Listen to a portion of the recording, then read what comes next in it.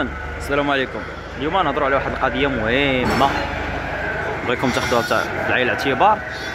كيفاش ننجحوا الولاده عن الغلم، ولا شنو هما المعايير باش نقدروا الولاده تكون عندنا ناجحه. اول حاجه هي التغذيه.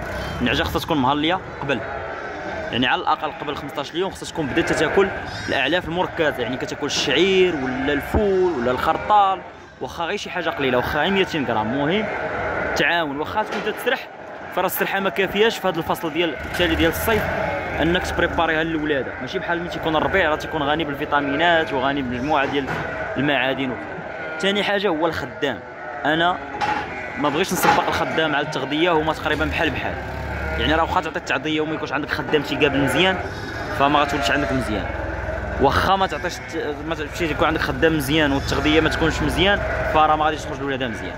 فالخدام الله يجازيكم بخير، اللي عنده شي خدام يتهلا فيه، واللي خدام عند شي واحد يتقى الله فيه فيقابل النعاج. دابا بزاف النعاج كيولدوا كينفروا ولادهم، فانت فيما تولد شي نعجه خصها ترضع، خصو يرضع الخروف، ونشدوه بيدينا نرضعوه الماكسيموم ديال الكوليسترول ديال داك اللبه، حيت داك اللبه راه مهم مزيان في النجاح ديال العيش ديال الخروف.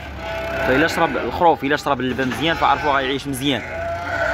ما شربش اللبه مزيان راه واخا تعيا تعطيه في الدواء. هذه ثاني حاجه. ثالث حاجه، الا كنا في فصل الصيف الخرفان الصغار خصهم الظل ما يخرجوش للشمس، كنا في البرد خصهم يكونوا الدفا. يعني الكوري كيلعب دور مهم في هذه القضيه هذه، مع النقاء تكون الغلم ديما ناشفه كما كتشوفوا دابا قدامكم.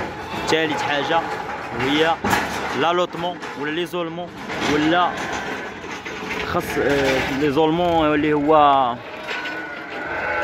نديروا كل حاجه بوحديتها. فاللي والده بوحديتها الله يجازيكم بخير تكون بوحديتها، اللي والده جوج تكون والده كاينه بوحديتها مع اللي والدين جوج، اللي عندها خروف مريض تكون بوحديتها، باش هكا نقدروا نسيبليو. فالا بغيتي تدعم النعاج ما يمكنش تدعمهم كاملين في ضربه واحده، فانت كتسيبلي. فراه اللي عندها جوج خصك تهلا فيها اكثر حتى نشوفوا هذا الموضوع ديال التغذيه. فكما كتشوفوا هما حدانا هنا النعاج اللي متومين، وليا النعاج اللي عندهم واحد.